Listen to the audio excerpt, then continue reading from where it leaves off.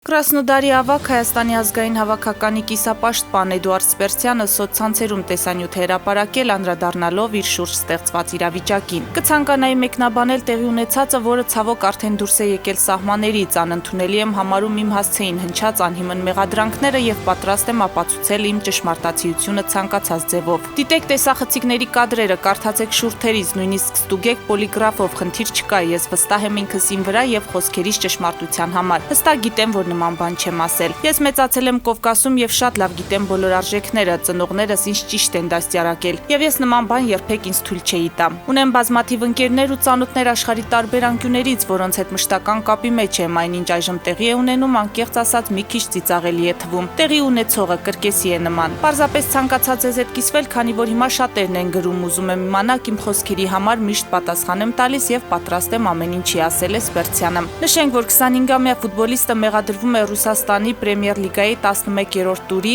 Ախմատի դեմ խաղում մրցակցի պաշտպան Ուսման Նդոգնին ռասիստական վիրավորանք հասցնելու համար։